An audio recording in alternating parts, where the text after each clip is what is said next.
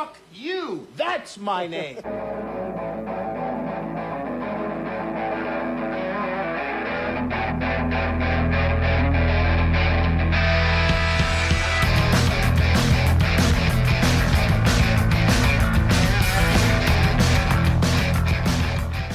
You were hoping to get a little therapy in today? You know what? Hey, let's just do a quick recap of Bloodsport. Pretty awesome movie. Frank Dukes is full of shit. It's a fantastic masturbation fantasy for a pathological liar. And yeah, go see it. Gets my highest recommendation. There you go. Movie summed up. All right, let's delve into the therapy then. So anyways, everybody, this is Sharks Across Hollywood. We haven't recorded in like over a month, but you wouldn't know that because we keep on releasing episodes because we plan ahead. We plan ahead, so we don't have to do anything now. But yeah, so you heard it. We're talking about Bloodsport. I don't know how much of that I'm going to keep, so fucking whatever. I took a lot of notes for this, even though this movie is like bare bones simple, which is probably why I like this movie so much. This is the most straightforward. It's ridiculous, and the levels of ridiculousness are multifaceted. That's like where you really want to pay your attention to. But the plot itself, like, it could not be simpler. The best part is it's all true. 100%. So also what I've been doing is listening to other podcasts that talk about Bloodsport and Frank Dukes for the past like 3 weeks because we've been trying to record this for about that long. Yeah. But I've had to cancel. He's had to cancel. Everybody's had to cancel. We're doing all sorts of shit. We're redoing our floors. We're redoing our whole house. And it's stressing everybody out. And I'm fucking losing my goddamn mind. Among other things. But that's okay. We're going to talk about a fun movie from the imagination of a fucking insane person. Frank Dukes, I haven't actually heard interviews with him. Oh my God, I should have sent you some. Oh my God, there are so many interviews and he is out of his mind. But based solely on this movie and what I was able to gather from Wikipedia while rewatching this movie, he is like a textbook pathological liar. The kind of guy who just will keep escalating and keep escalating every single time you question him on something, because the pathological liar never admits that they're lying. No matter what, you can catch them dead to rights in a lie, and they will just turn it around and just keep going, just keep plowing ahead. And it is funny. I was having a conversation with my brothers. I may have brought this up on the podcast before, but it would have been a while ago, where apparently because of our association with evangelical Christianity, and the fringier parts of evangelical Christianity, we have a real familiarity with pathological liars and how to spot them. Is it because they're all pathological liars and they try to talk themselves out of fucking circles all the time? No, that's it. It would be easy to reduce it to that, but no. But it does attract pathological liars. It's like not all conservatives are Nazis, but all the Nazis are conservatives, right? Like, not all the pathological liars or not all evangelical Christians are pathological liars, but all the pathological liars who are Christian are evangelicals, because that it's the perfect subset for them. It invites conspiracy theory, it invites paranoia. It's all about that, right? And so we've met a lot of pathological liars in our life. And one of the things we all came to was that all pathological liars claim to, at one point, have been a cage fighter or an MMA fighter, right? Or but that's the modern version, right? What that translates back to is, in the old days, they were ninjas. They fought and Bruce commandos. Lee, and they're I knew a guy that I used to work with. Just like that. He was better than Bruce Lee. He had more sniper kills than Chris Kyle, who was full of shit all on his own. So maybe he did. That's a possibility. Well, I don't know anything about Chris Kyle. I just know that guy. Like, I just know the cult of douchebaggery that surrounded him. He was definitely a sniper and probably killed a few people. You know how he died? No. An accident on a shooting range. Oh, that's gotta hurt, right? Yeah, no, I love it. I love it to death. So, if you don't know, Bloodsport is the true, very, very true story about a man named Frank Dukes. Frank Dukes apparently sees himself as Jean-Claude Van Damme, and I don't know if you've seen what he looks like. He's no Jean-Claude Van Damme. You know, if Tommy Wiseau was like a little bit more bloated, they have that same thing going on, except in Tommy Wiseau's defense, he's a lying dumbass too. But at least he legitimately created something and put it out into the world. You know what? In fairness, Frank Dukes did give us Bloodsport. Well, like it wouldn't exist without him. He did an interview in Black Belt magazine about all this crazy bullshit that he did. And then Shelton Lettich is like, that would make a good movie. And then they became bros and they wrote this story, and it's very true. It all happened. Even though if you watch the trailer, it says this American fucking soldier guy is going to be the only Westerner to win this underground martial arts tournament. We'll talk about the actual movie here in a second and tell you why the underground martial arts tournament, the underground part of it, is way bullshit. But first of all, Frank Dukes is Canadian. Second of all, Jean-Claude Van Damme is fucking Belgian. I don't know what the fuck is going on here. Do you want to hear the most American thing ever, though? Fuck yeah. Yes, exactly. Supposedly, I don't know why I'm saying supposedly, because this has to be true. This cannot not be true. Donald Trump likes this movie so much that he played an edited version of this on Air Force One, just the fights. Yeah, no, that story 100% checks out. I can't see a universe in which that's not the absolute truth. I have a bunch of random crap in my notes too, coming from all the podcasts that I listen to over the. I have pitch a Frank Dukes biopic. I want a biopic about the actual guy. That would be interesting. Like if we could get the actual story, but you'll never get it. That's the problem. There's no way to get the actual story because, like, who would you get it from? There's like little snippets of truth in it. Like he was in the military, some branch. Yeah. Never saw a lick of battle, never went overseas. He was in America the whole time. The only injury he ever received in the military is that he fell off a truck that he was painting. Yeah. Fun fact about Frank Dukes. Let's face it, this is going to be the Frank Dukes episode, right? Like apparently the term stolen valor was invented. Yeah. Not specifically for Frank Dukes, but by the man who wrote a book citing guys, specifically Frank Dukes, among them. So it wasn't him. He wasn't the only one it was invented for, but he was one of the ones it was invented for. Yep. So we're not breaking any new ground here. Every single fucking podcast on the internet talks about the exact same things. Yeah. But you know what? At least I've discovered a couple cool podcasts, a couple really shitty ones too. But I'm not entirely convinced. I don't know if Frank Dukes is actually a liar or if he really believes that shit, because the next note is, I was listening to a podcast called Citation Needed with the guys from The Scathing Atheist and Cognitive Dissonance. That show, they get together, the 5 of them, and they read a Wikipedia article on some random topic. They happened to do one on Frank Dukes, and they kept on calling him Frank Du. Nobody fucking pronounces his name right, and that really bothers me. I'm like, you guys just watched the movie. They did? I don't know if they did, but there's a bunch of people who are like, Frank Dukes, and they're like talking about Bloodsport. I'm like, guys, you've seen the movie. I don't know. That's the question. Have they? They talk about it like, oh, Bloodsport. I know Bloodsport. I love Bloodsport. I'm like, what the fuck? Then how come there's a joke about his fucking name in the... Never mind. But they posited, the guys on Citation Needed, that what if it actually did happen? But really, it didn't. It just happened in Frank's head, and he got recruited by this weird ninja cult, and he was brainwashed into thinking it actually happened. I mean, maybe not an actual ninja cult, but like he got taken into the mountains and brainwashed by his creepy fucking weird uncle. I like that version better than he's just making it up to feed his ego. Yeah, it's so weird. Like, I don't know. I was kind of, the first time I ever heard that it was fake and there was a dude there, like Frank Dukes was a real guy, but he made it all up. I wanted to be like, dude, it would be so cool to like interview this guy and be like, why'd you do it, man? Why'd you make that shit up?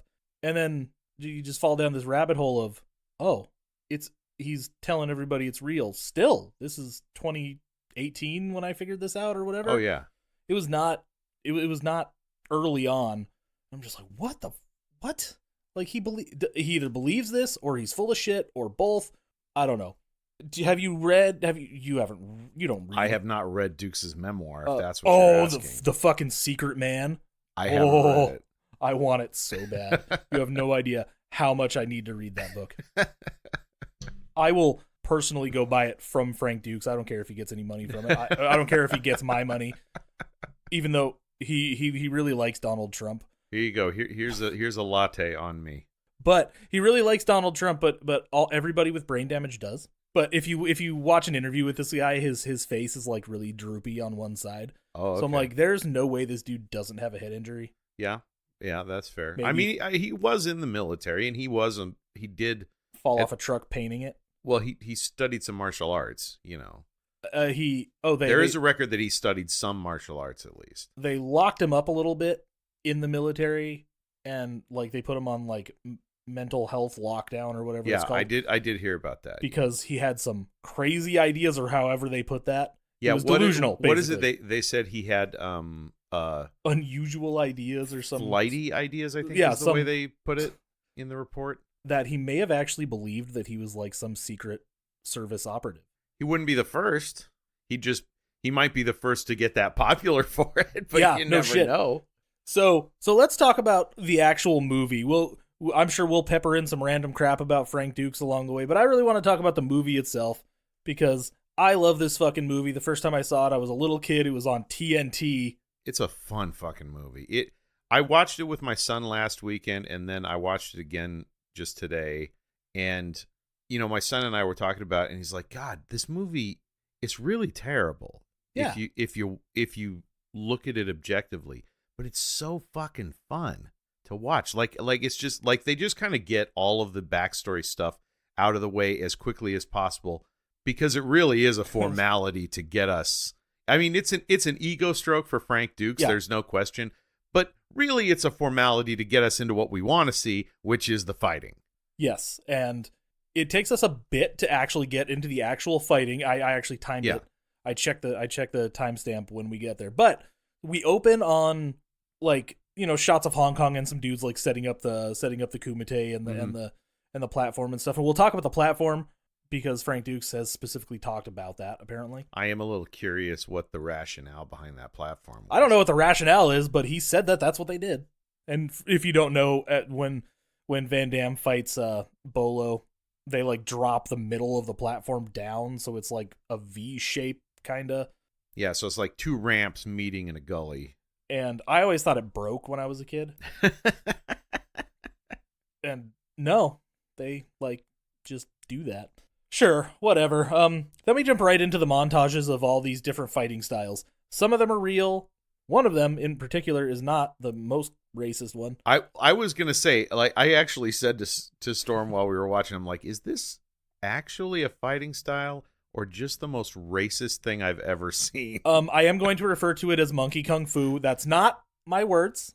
That is what they call it in the movie, or what the filmmakers call it, I guess. But that's what it is. You know, Bolo, he's doing his thing. Bolo Young, fucking Mr. Olympia of this Hong Kong. Is peak Bolo Young. Oh yeah, right, this is the first. This is probably the first time anybody, like most people, saw him, as my age at least. That he was in Enter the Dragon, of course. But yeah, sure. But like this is the first time he talks. No, he doesn't. He doesn't talk at all. He doesn't. No, actually. He says like 10 words. No, he doesn't. Oh yeah. Well, all right. He mouths 10 words. Yeah. And then they have an actor come in and dub it. And you know, there's like just everybody doing all their things. The monkey style guys breaking coconuts and shit. There's kung fu. There's Muay Thai, kickboxing, and Donald Gibb, ogre, shows up for some fucking reason. And they're just like, I hear you going to the Kumite, super secret, just so you know. Yeah, they're just, everybody knows about this incredibly secret thing. Like, everybody. And, which is weird, because Frank Dukes is apparently the first person that they ever allowed to talk about it. Yeah, this is, his story immediately starts falling apart. Yeah, like the second the movie opens. As soon as she's as soon as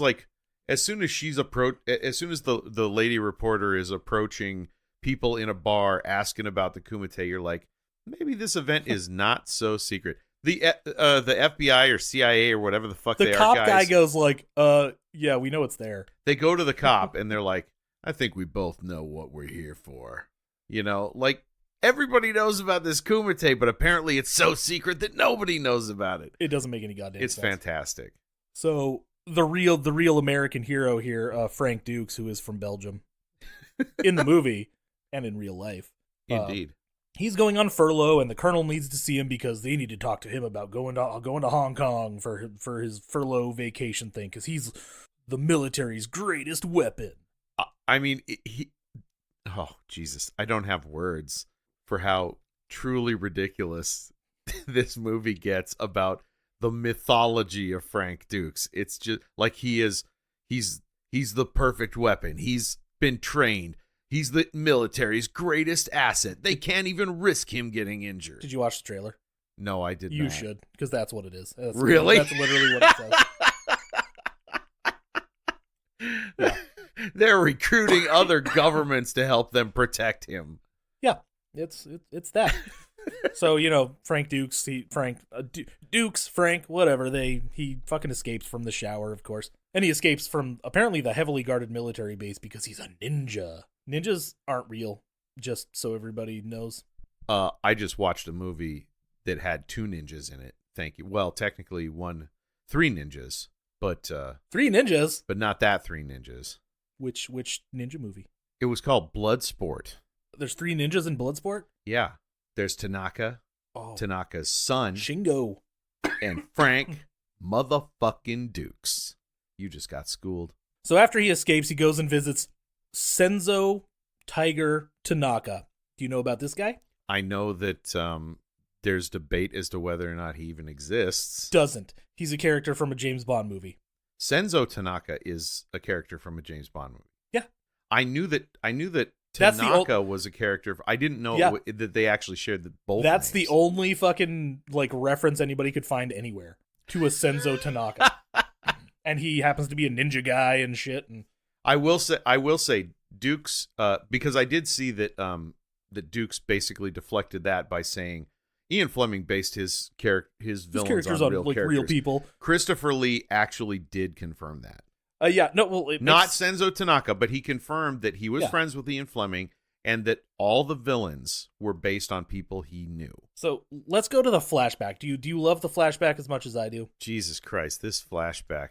So I feel bad for this poor fucking kid. The acting is so bad. It is terrible. Specifically during the flashback. Every podcast that I listen to, they're like, this kid must be special or slow. I'm like, give him a fucking break. That's so mean. Apparently, he's clearly not an actor. No, apparently he really is French. And they actually had him dub himself, it sounds like. And he's not an actor. Probably he's clearly not an actor. He probably did some martial arts. Yeah. You know, he probably had like the body or the moves that they wanted. And everybody talks about the 2 different Giants teams that he's wearing clothes from. Really? He's just back and forth on the Giants? The San Francisco Giants hat and the New York Giants shirt. I did 2 different sports.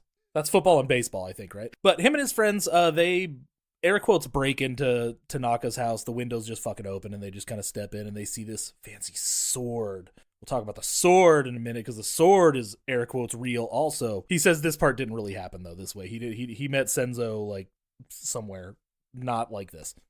So they hear Senzo coming, they hear somebody coming, and the 2 friends fucking bolt, and this kid's just standing there like, duh, I'm gonna stay here, I guess, I'm just a good guy. And then the son comes over and kicks him right in the stomach. Oof. It's like, what are you looking at, round eye? He says that. I don't know. He doesn't say that quite yet, but yes, that's what he says. This kid's got a problem with Frank right off the bat. So apparently Tanaka thinks that Frank has something special, so he's gonna, this is an air quote again, train him in martial arts, but really what he's doing is teaching him enough so that his kid has somebody to beat up on that won't die.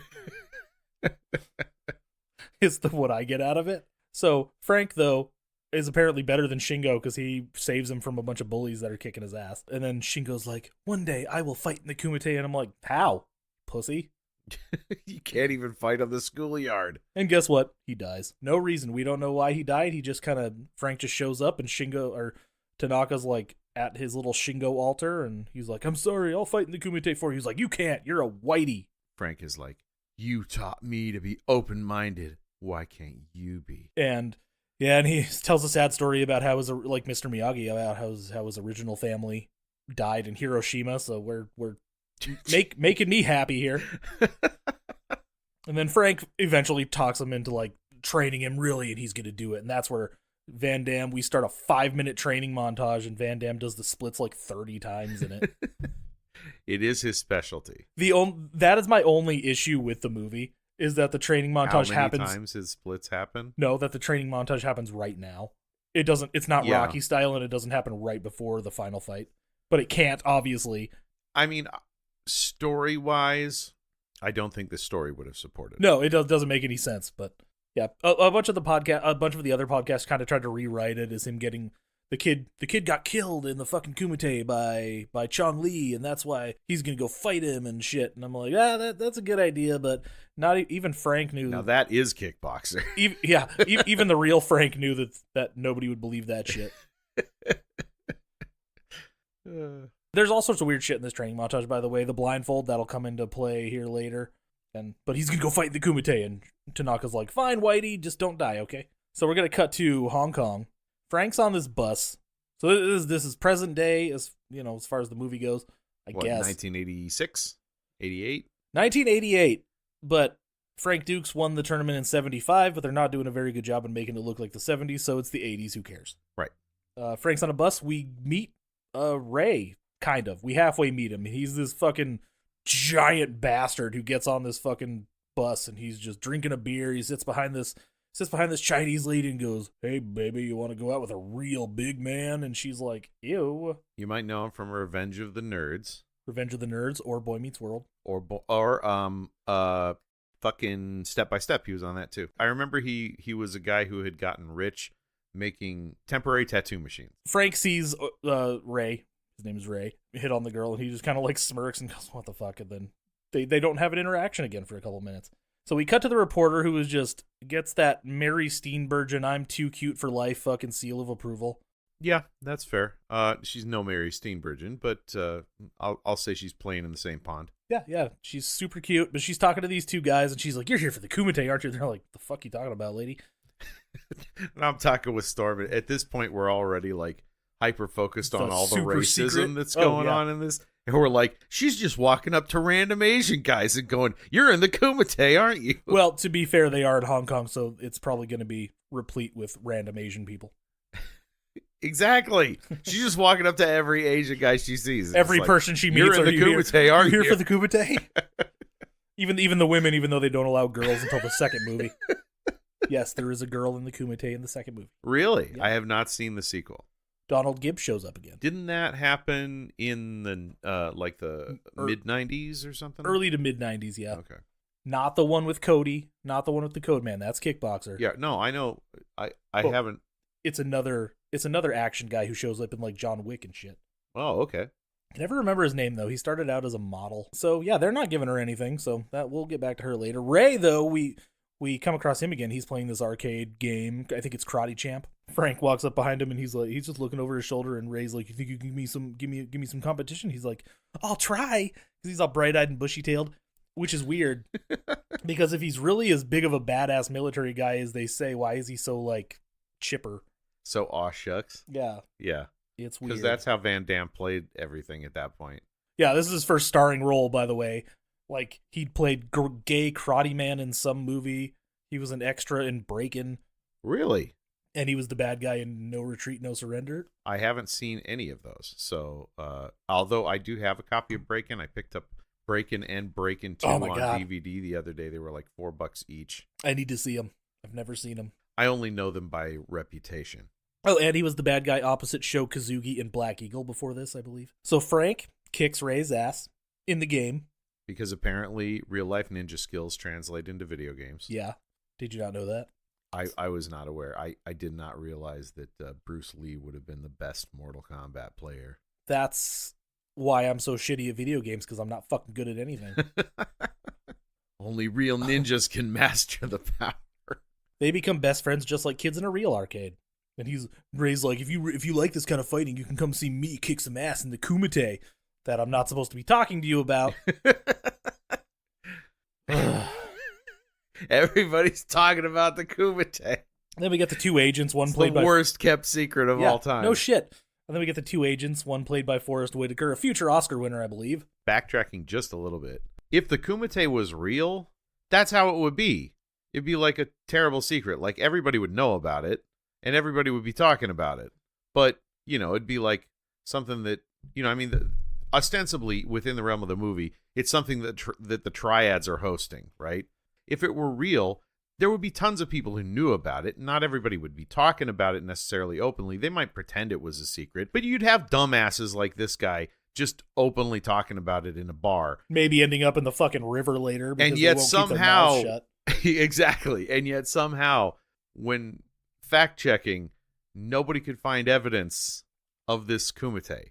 No, but according to Frank, they were held all over the world every 5 years. His was in the Bahamas, not in Hong Kong. Yes, I did see that much of the Wikipedia. He's like, the one before that was in Chicago. I'm like, prove it.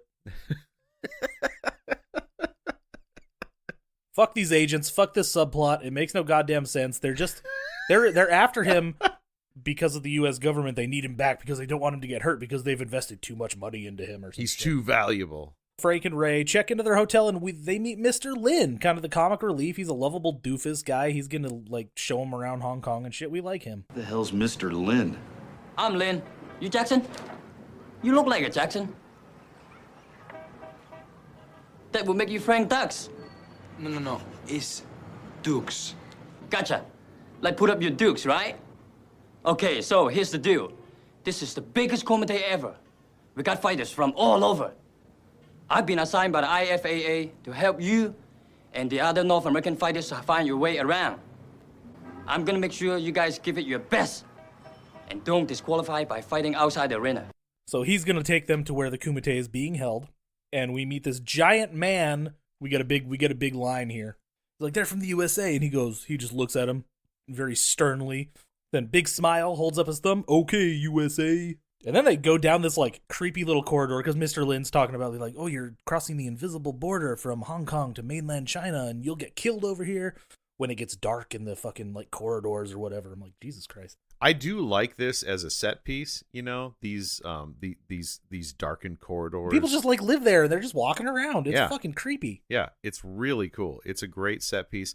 I saw someone on Reddit the other day had asked a question of like, what would be a good setting for a horror movie that hasn't been done to death? And someone suggested that Just the little corridor in Bloodsport? no, but that walled city building, where like the entire city is in one building. Well, yeah, they make a mention of the walled city, and I'm like, we're going to see it, right? No. But apparently that's where the kumite is being held, but they just walk down this corridor, and apparently through this corridor is a magical world full of karate tournaments and shit. It's a pretty sweet tournament, too. And you mentioned Mortal Kombat earlier. This is the basis for Mortal Kombat, right? You know that story? No. Oh no, yeah, that's right. They were going to make a Bloodsport game. They did they developed the technology, but then they lost the rights or something? Yeah, I'm not sure exactly what happens. A bunch of people are still bitter about it, I guess. Yeah, but it was going to be Van Damme motion capture and stuff, but instead they just ended up doing it with the people who were in the office and just being like, all right, well, fuck it, we're still going to make a game. They had some real martial artists doing the motion capture for it, and actors, like some martial arts actors. There's lots of YouTube videos that show them actually making it. It's really cool. That's pretty rad. And then they made Johnny Cage as the kind of stand-in for Van Damme, and but they gave him, apparently somebody pointed out, they gave him like kind of the Frank Dukes backstory, how Johnny Cage is full of shit and he has to go to this tournament to fucking prove himself. That's perfect. I didn't really think about that, but I'm like, holy shit. I wonder if that was them subtly commenting on how much they thought Frank Dukes was full of shit after meeting him or something. Oh, guaranteed. Guaranteed. That's so fun. So we get to this place where the tournament is actually being held, and all the fighters are there, and they're not allowed to fight outside of the tournament, otherwise they get kicked out. So that's strict that's rules. Strict rules. And there's a bunch of suit and tie guys because they're the illegal gambler triad people who are putting on the show, I guess. The Black Dragon Society. Yeah. Which is so real. This place is like packed, but it's a secret. The super secret competition is packed. This is like those fights in Showdown, Nobody knows about it, but we have 200 people every night. Oh, yeah. Like, what the fuck? And that one's like children, so high school kids. That's even worse. Mr. Lin is taking him to these two dudes, and he's like, you have to qualify. I'm like, they already got the fucking invite. Wait, why do they have to qualify now? But apparently, the idea behind the real Frank Dukes' kumite is that we'll get the stats at the end, but there was like 3 days of him fighting 20 guys a day, and then after you make it through that, then you go into the one-on-one. The story gets better every time. Every time I learn a new fact, it gets better and better. Oh my god, that is so fucking stupid. He had to come up with a way to make it work, and I mean, like, sure, why not? We get a dumb joke, and he's like, "Who is your Shidoshi?" Like, he's like, Senzo Tanaka, and he's like, he says Senzo Tanaka is his Shidoshi, and Mr. Lin's like, what difference does it make if fucking Bruce Springsteen is his Shidoshi? This part reminded me, I finally watched Martial Law. How was it? It was dumb as shit, I kind of expected that. but amazing, because it was so stupid. The first one was way better than the second one, because David Carradine is the bad guy. Oh, all right, yeah, I'm down. I love me some David Carradine. But the dim mak plays a very big role in it. Really? I saw David Carradine do it before anybody said anything. I'm like, it's a fucking dim mak. What the fuck? And then like 2 seconds later. Oh wait, they don't call it dim mak. Oh no, they do. Really? Yeah, 3 seconds later, he's like, it was the dim mak. I'm like, yeah. I'm laughing. Oh, that's So, good stuff. this is another thing that Frank Dukes actually did, the bottom brick thing. I should have sent you the video, but the bricks aren't stacked on top of each other like they are in this movie. You know, Van Damme does the thing and he's like, and then the fucking bottom brick just explodes. Right. He has them stacked so the bottom brick is bearing all the weight of every brick that's on top of it. So he punches or doesn't punch it, he palms it, the bricks, Right. and then the bottom one just kind of like breaks in half. And he does that on TV a bunch of times. Doesn't explode like a bomb went off No. inside it like No. in the movie. And then there's Chong Li after the brick explodes, and Ray's like, holy shit, how the fuck did you do that? That was awesome. And Chong Li looks at it and goes, impressive, but bored. Or bored, not bored, sorry. He's stealing Bruce Lee's lines. Very good. But brick, not hit back. And the fucking agents are back. God, fuck the agents. Now, I agree with you. Fuck that whole subplot. It's so that is dumb. literally just it's there to fill time and to feed Frank Dukes' ego. what we need is that Bloodsport remake that they were talking about a few years ago, but make that you can have that plot point because it's fun if you do it right, but you gotta like actually do it You right. gotta make it more compelling. It's not Yeah. really compelling. They're in just this. chasing him all over the place, but they don't even need to. It's like, you know what hotel you eventually know what hotel he's staying at. Just wait there. I mean, they figure that out halfway through. Like at the midpoint, they meet him at his hotel and he evades them. Like, well, you still gotta go back to the hotel. So now we are actually back at the hotel, and the reporter is back, but this time she's getting harassed by this guy named Hussein and his bros or whatever. Who is His going to name's eventually Hussein? Yeah. Seriously? I don't know if it's Hossein or Hussein. I call him Hussein. Oh, okay. He's that dipshit with the golden tooth. He wants to take the reporter. I mean, naturally, 'cause she's super cute. She is. Like, but Very much so. she says, no, thank you. And he's like, I'm gonna take you upstairs. We're gonna fuck. And then Van Damme in all his chivalry says, hey, I'll gamble for her. If I fuck up and I lose, you can have her. And she's like, what the fuck, dude? Rightly so. If I can take this fucking coin from my hand before I close it and whatever. And then he does the thing and he switches the coins and then they go and apparently that means, hey, we're in love now. So they go have like a cute little walk and talk scene. And she's like, well, what? Will you answer some questions for me? And he's like, if you go out with me tomorrow night. Hello. He just won her. She doesn't have a choice. That is true.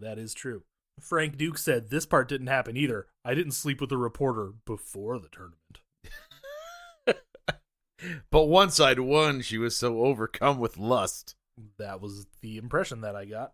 I should have started a split counter earlier because Van Damme is really letting it show that he can do the splits. Oh yeah. Personally, I love the gratuitous ass shot. That was that was actually really progressive for the 80s. You didn't get a lot of man ass going on, and in fairness, Van Damme's got a great ass. Yeah, somebody mentioned years ago that because he's from Belgium, masculinity and things are a lot different over there. Oh yeah, for sure. Yeah, Europe is way more comfortable with its gay Yeah. side. Oh yeah, if you ever watch Kickboxer and see that fucking outfit he's wearing in that scene where he's dancing, oh my goodness. Ray comes to grab Frank. He doesn't know how reproduction organs work. He's like, you better stop doing the splits. You might want to have kids one day. It doesn't really affect that, I don't think. So, at about 40 minutes into the movie, we finally get to the fighting, right? All right, here we go. And Once it starts, though, it goes. it's a good last hour or so of the movie. Another note, awful lot of spectators for a secret tournament. The kickboxer is one of the first guys to fight. One of the kickboxers. There's the guy who gets his shin broken. That's this And guy. was Paco also a kickboxer? Yes, Paco is the Muay Thai guy. Okay.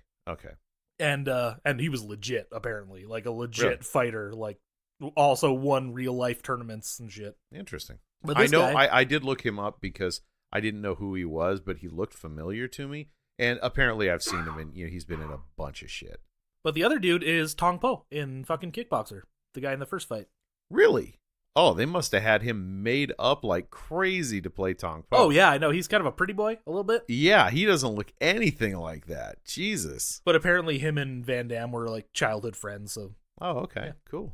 Ray has his first match. He kicks ass. It happens really quick against the guy in man tights and shit. And he breaks the all-time record. Yeah, he breaks the in his record. first fight. And then right then he calls out Chong Li. He's like, I'm gonna kick your ass, man. Chong Li, by the way, is the winner of the previous tournament 5 years ago. So he's 5 years older than he was back then. What did he win it when he was like 12? Jesus. Hey man, remember Bolo Young is not young in this movie. No, that's true. I mean, shit. When was he in Five Fingers of Death? In 73? 74? Yeah, So something like that. 10, more than a decade before this. And then Enter the Dragon, of course. That would have probably been like 76, 78, somewhere in there. Dude, I honestly don't know. Oh my god, now I'm like, when the fuck was he in all these goddamn movies? Bolo, Enter the Dragon, 73. Oh, really? That early? When was Five Fingers of Death? 72, shit. Okay. So he was in that in 72. And then Yeah. the very next year he was in Enter the Dragon. This guy's just been awesome for his whole life, huh? So yeah, that's 15 years before Bloodsport. He was in a movie apparently called The Karate 2, and he played a character named Dracula Jack. I don't know what that is, but that's going on my list. Anyways, so it's Bolo's first fight, and of course, Bolo fucking kicks ass, sets another record and shit. Naturally. And it's Frank's turn, and he goes against Hosen, his first fucking fight. He goes against the guy who wanted to fuck this girl that he also wanted to fuck. So he kicks his ass. Fast. It's fast. He's playing 12.2 seconds. So Hosen plays possum. This part's important for Van Damme, actually. So Hosen gets up and he goes and he's gonna sneak attack and cheap shot Frank, but Van Damme turns around, elbows him right in the face, knocks his tooth out. Apparently, Van Damme didn't know how to fucking movie fight, so he actually elbowed the guy, Oh my god. broke his jaw. Jesus, really? Yeah, this is just full of fucking problems. Oh wow. That's actually a common complaint that I hear about Van Damme is that he sucks at movie fighting, Interesting. or at least he used to. I don't know about now. I would hope he's gotten better, having been in what, like 70 action movies at this point. Yeah, no shit. I'm like, you don't want to break Dennis Rodman's face, do you? I don't know if they fight in that. But, after that, fucking, he sets the record, pisses off Chong Li, and Ray's like, yeah, Frankie, yeah. Because that's, like, most of his dialogue from here on out. A fair bit of it, yeah. And then we get the fight montage. You need this fucking fight montage. Actually, there's two. There's two of these. Yeah. Because there's 2 days before we get to the final day. Yeah, and you need the 2 days. You need the 2 montages, right? Set to the Kumite song that I don't really remember the name of, but it's fucking awesome. This song is so ridiculous.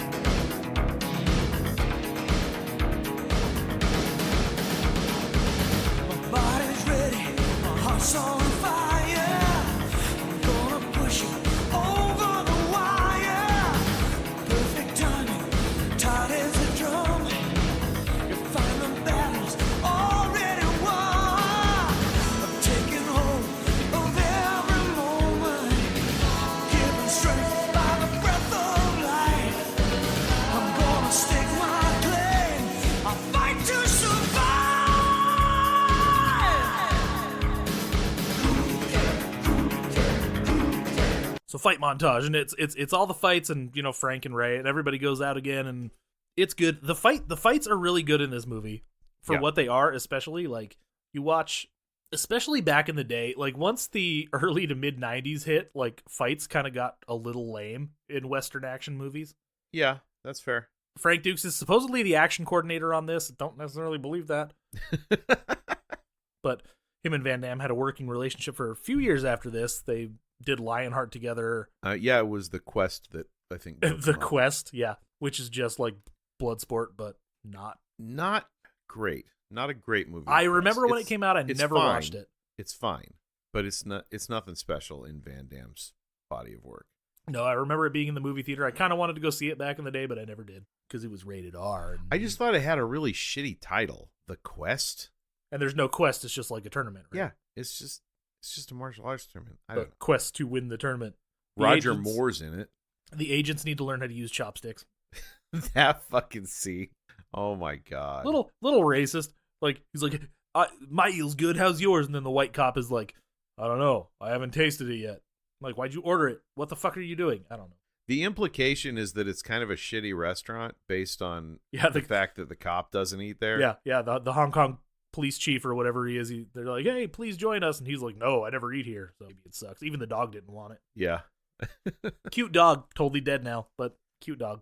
Yeah, that is the sad Unless he's truth. like 50 years old. Yeah, this Unlikely. I was 9 years old when this movie came out. I don't think that dog's still around.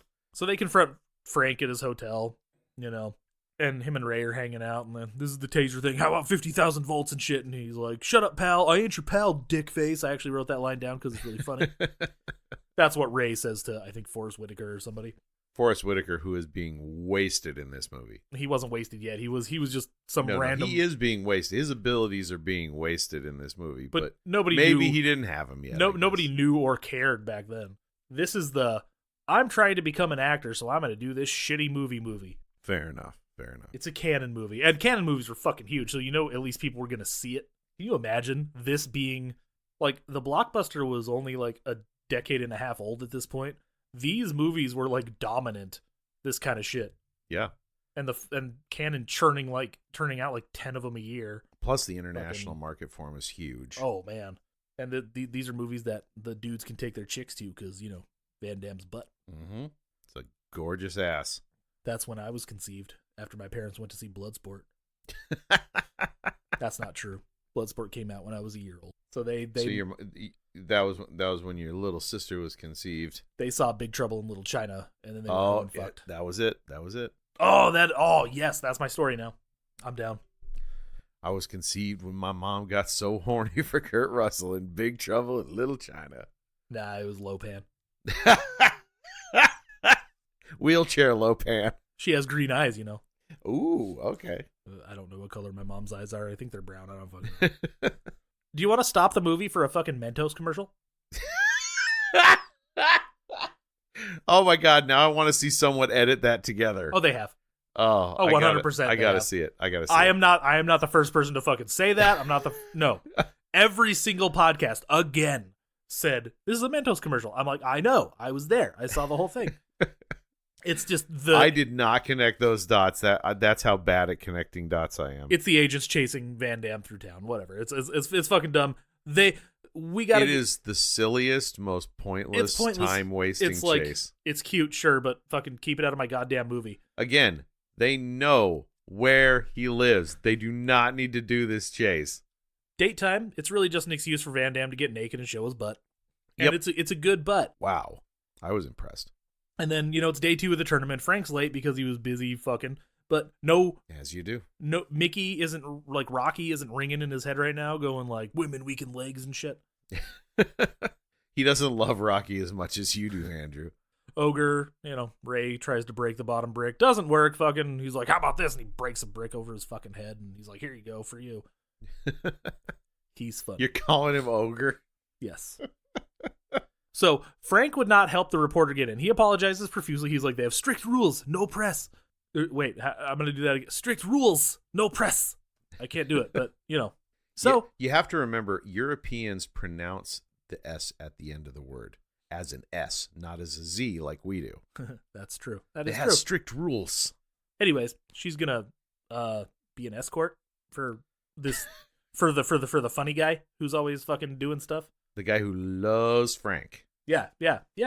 And I love how at that same moment, like the same moment, but he walks up and says, hey, just let this fucking guy be in the tournament and shit, and then fucking stuffs money in the guy's coat, and then they're like, okay, you can fight, and he grabs the money out of the guy's coat again.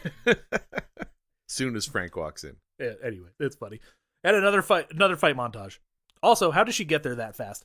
I don't know. I don't care. Doesn't matter. Yeah, she got there before he did, and he left before she was even dressed. Yeah, it doesn't make any fucking sense. The Chong Li bit here fucked me up as a kid because we stopped the montage and he takes the fucking Tong Po and breaks his fucking leg. Always messed me up. It's super fucking gross. That's a pretty gnarly shot, I have to admit, especially for a kickboxer if you think about it. Ooh, yeah, that's your whole career. You're done. Yep. Ooh. And, she's very conspicuous with her fucking tape recorder. Like, you see the leg break, and then she pulls out this tape recorder, and she might as well just be like, hey, I have a tape recorder. Wondering. It's so fucking big, too. And then, again, the montage stops a little bit so Frank can have a moment with this weird fucking other kickboxer who looks like the model lady from Conan the Destroyer. I was going to say, I don't know what you're talking. I've only seen Destroyer one time, and it was in, like, the 90s. But it doesn't matter because he kicks his ass in like a second. And then the sumo wrestling guy. Oh, you're talking about Grace Jones. Yeah, Grace Jones. Jesus Christ. Okay. Yeah, no, all right. Yeah, this guy does kind of have a little bit of that Grace Jones intensity. I knew her name was Grace. I couldn't remember what her full name was, though. Yeah. Yeah. That's a great one because, like, he's just like, he's really threatened, just like, you're fucking dead. Just dead silent, like no words, but he's just gesturing all this threatening energy. And then Van Damme's just like, whack! Just Down. kicks him right in the face, flies off the platform, wins the match. The sumo guy, he breaks the poor little monkey kung fu guy's back. Yeah.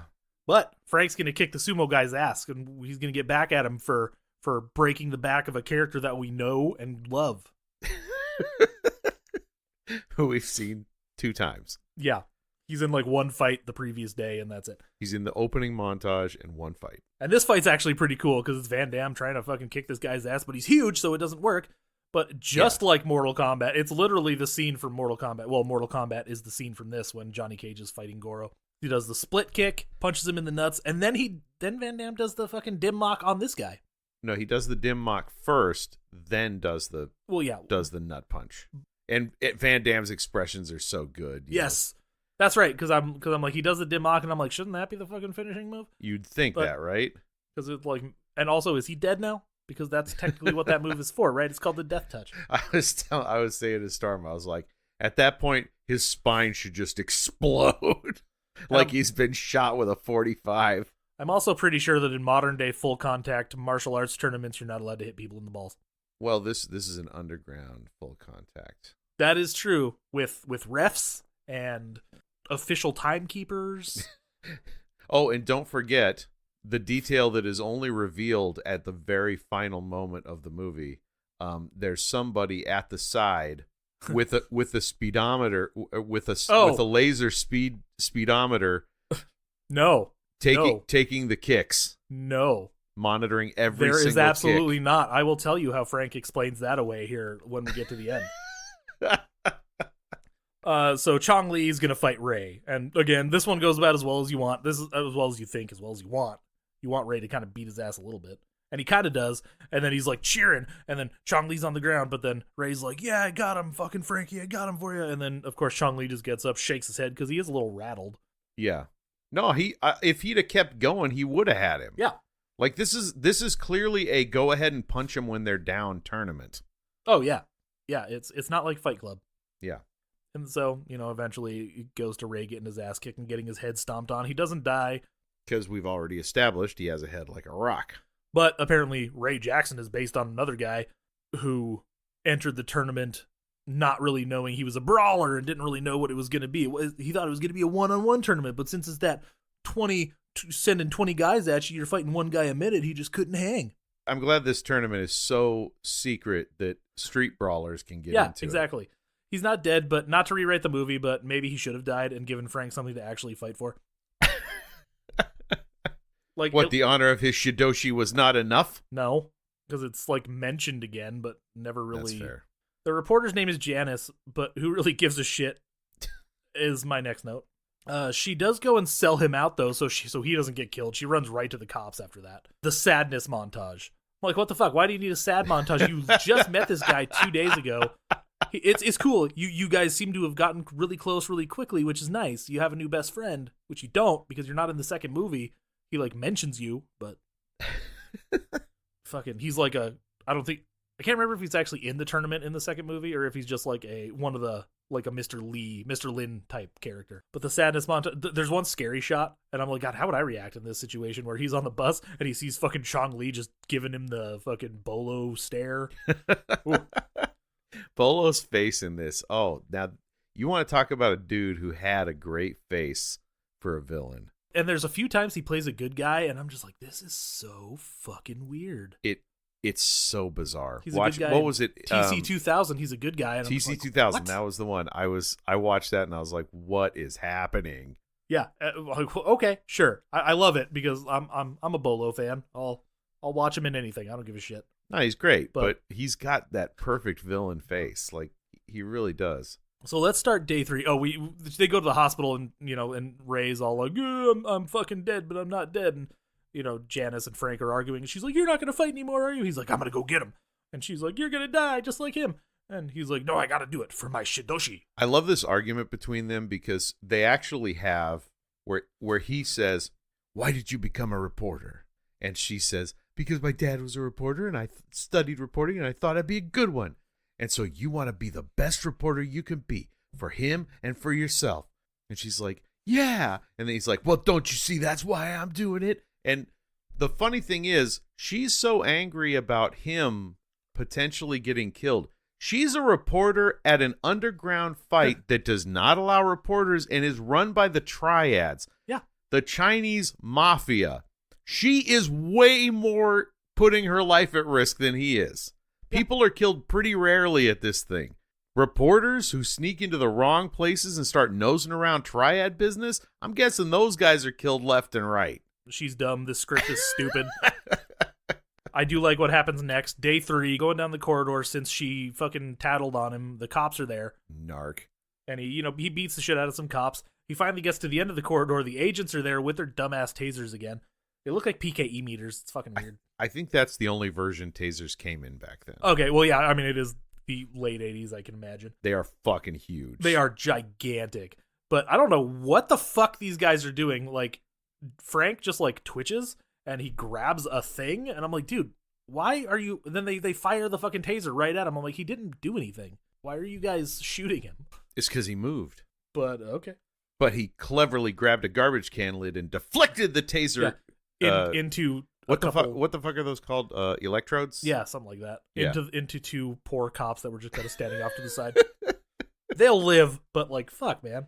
The agents, then they just kind of give up. They're just like, fine, fucking go do it. Go, fucking go. That's literally what it is. They're like, just they just fine. quit. They're just like over it. So now even the cops know where the illegal underground tournament is being held, and they're doing nothing to stop it. Cool. And then Frank has a really badass fight with Paco, and they do that trading blows thing. And oh god, that just hurts. Yeah, like, that one did hurt to watch. I'm just going, oh yeah, Like, my back hurts from, but at the same time, my back hurts from sitting on my couch. and think about doing that on day 3 of something like this. When you've been through like so many fights, I don't even know how many fights he's been through already. In this movie, it's been like 3 or 4. In Frank's air quotes real life, it was like 60. Because he apparently won 63 fights to become the champion. Because he fought 60 guys over the course of the 3 days, and then the one-on-one tournament thing. In total, I know it was something like 359 fights. Yeah, I took pictures of all undefeated, that stuff. Unless you listen to like his earlier version, in which case he lost 7 and lost 1 and had 7 draws. But then he changed it to 359 undefeated. So Frank wins against Paco. Chong Li fucking wins his match, and he has to kill one person because he's the bad guy. And naturally. So he just kills the last guy that he fights before Frank. He was fighting honorably. There's no drama with Not this really. guy. It's literally like the second time we see him in the movie. Yeah, like, apparently there's no analog for Chong Li in real life. So at least Frank is like kind of toning that part down. So the final match, again, I always thought the platformers broke at this point, but it's like curved and broken down in the middle. But according to Frank, this actually fucking happened. They actually did it this way. Okay. He described a bunch of platforms, like sometimes it's like a straight platform, sometimes it's like a round platform, sometimes they break. I'm like, what the fuck are you talking about? Jesus Christ, crazy bastard. You crazy bastard that I fucking love to death, because without your nonsense I wouldn't have Bloodsport. True. He may be completely full of shit, but Bloodsport, it's like I kind of don't mind. We wouldn't have Bloodsport. We wouldn't have the rest of the Bloodsport movies. We probably wouldn't have Kickboxer or Lionheart. Or Double Impact or JCVD or Expendables 2 even. Well, I think we would have Expendables 2, but it wouldn't have been as cool. Van Damme, and so it wouldn't have been quite as awesome. Chong Li is a fucking cheater. Before the fight, he had his like corner person or whatever shove. I guess it's like a salt pill thing. Some kind of tablet. It looks. Yeah. Honestly, it looks kind of similar to the vitamin C tablets my mom used to give me. It's about that size, like too big to swallow, but chewable, But it's clearly like something else. I don't know, but he throws it in Frank's eyes. Yep. It's powder, and he throws it in Frank's eyes. And it Frank, blinds him. It goes blind, and we get probably the most iconic shot from the movie, the scream.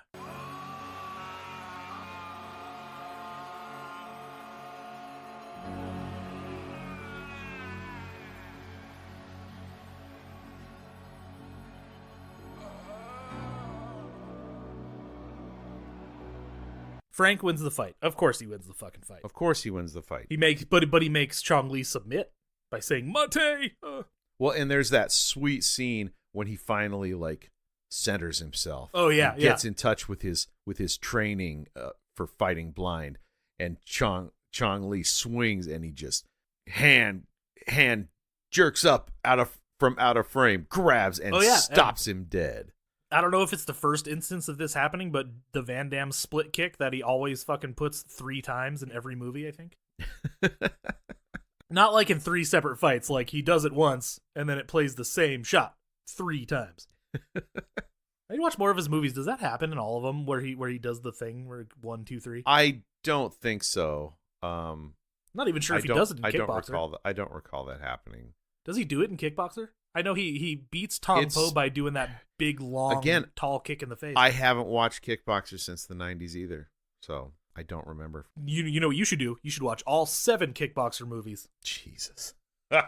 Storm would probably be into that. He is loving action. He in martial arts specifically. He's really into the martial arts. So Frank gets presented with the sword from earlier in the movie that him and his friends broke in to steal, and he's like, I wasn't going to steal it. So it turns out that's how Tanaka got the sword. But that's not the story.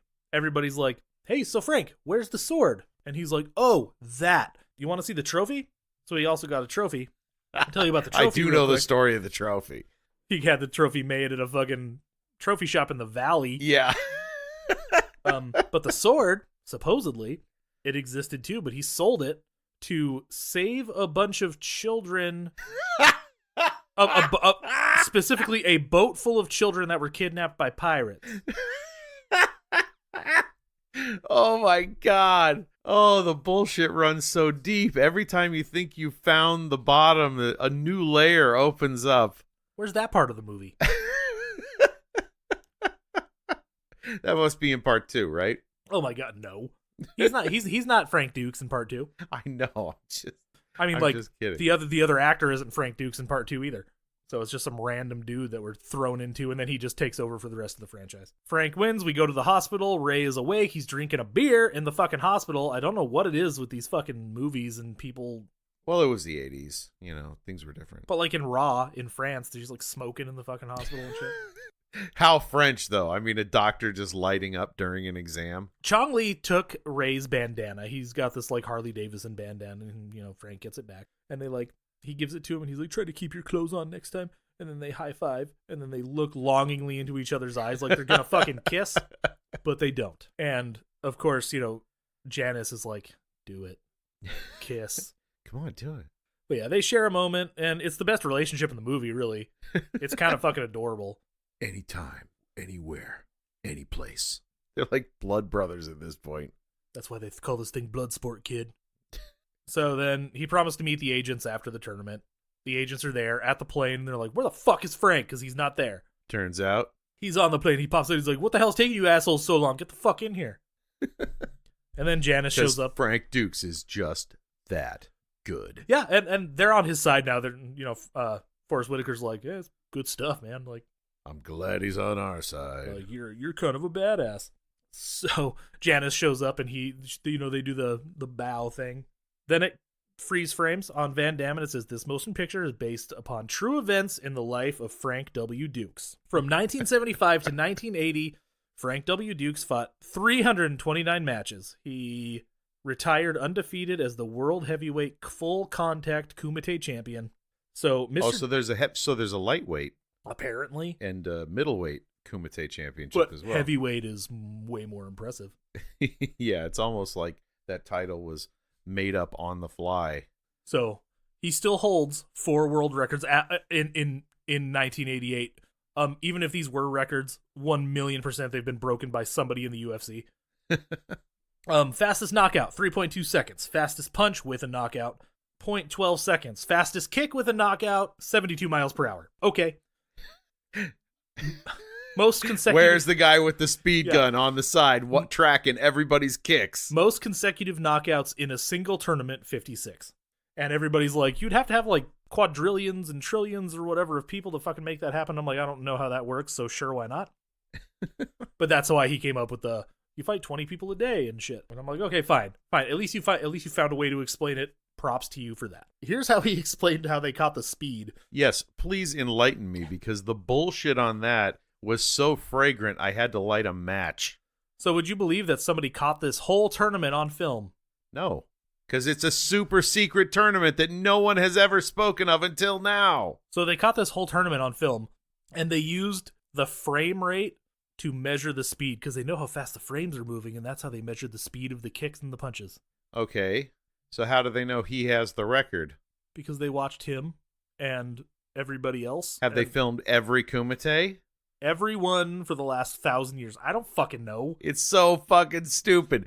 That is the most bullshit stat. I could not believe what I was reading when I saw that. I told you he found a way to explain it, though. Not saying it was a good way to explain it, but... The explanation is as stupid as every other lie he's told up to this point. And don't get me wrong. I love it. I am 100% on board. Frank, you are a crazy bastard. And you know what? Fuck it. I believe you. Sure. It's all true. I believe you. Don't sue me. It's okay? all true. Every word of it, folks. There's some stuff that he said. I'm like, please let some sprinkle of this be true. And it's not what you think. It's like all this stuff. He talks about how he's like part of the World Organization of Peace and shit. And I'm like, that's like not, it's a real thing, but you're not in it. But he talks about doing some humanitarian stuff. And I'm like, please let at least some of that be real, because that's fucked up. If you're just saying you're doing all these great things for all these children in other countries and stuff. Not rescuing them from pirates, of course, but like just helping them out. Yeah. No, that's fucked up, all right. As I said earlier, the term stolen valor was invented with it Frank Dukes at least partly in mind. He's insane, and I love it. And he's still holding on to it. Him and Tommy Wiseau movie God. Together. Oh my God. Yes. Tommy and Frank. It would be the ultimate team up. They would not be able to work together. No, not for a second. The egos on those two. Whoa. It would come to blows. It would come to blows for sure. So they'd blow each other? I'm trying to yes and that, and you just blanked my fucking mind, man. That's Bloodsport. We did it. It's 6:48 as we're recording this, so we still have a few minutes to do all the stuff. Again, I'm out of practice. Also, I don't give a shit. Nobody's giving us any money, so patreon.com/RushCrossHollywood. Go fuck yourself. And that's just a taste of what you'll get there. Yeah. But before we finish, do you have any final thoughts, like official, actual Shark Pod final thoughts on Bloodsport? It's fantastic. It completely lives up to its reputation. It has aged like a fine wine. I fucking love this movie as much now as I did then, for completely different reasons. Because at the time, I was 12 years old and bought all of it. And it's the coolest fucking... Oh, yeah, my mom's like, oh, she read it to me. She's like, yeah, it's a true story. I'm like, oh, it's so fucking cool. And now I'm watching it, and I'm like, God, was I, like... You were 12.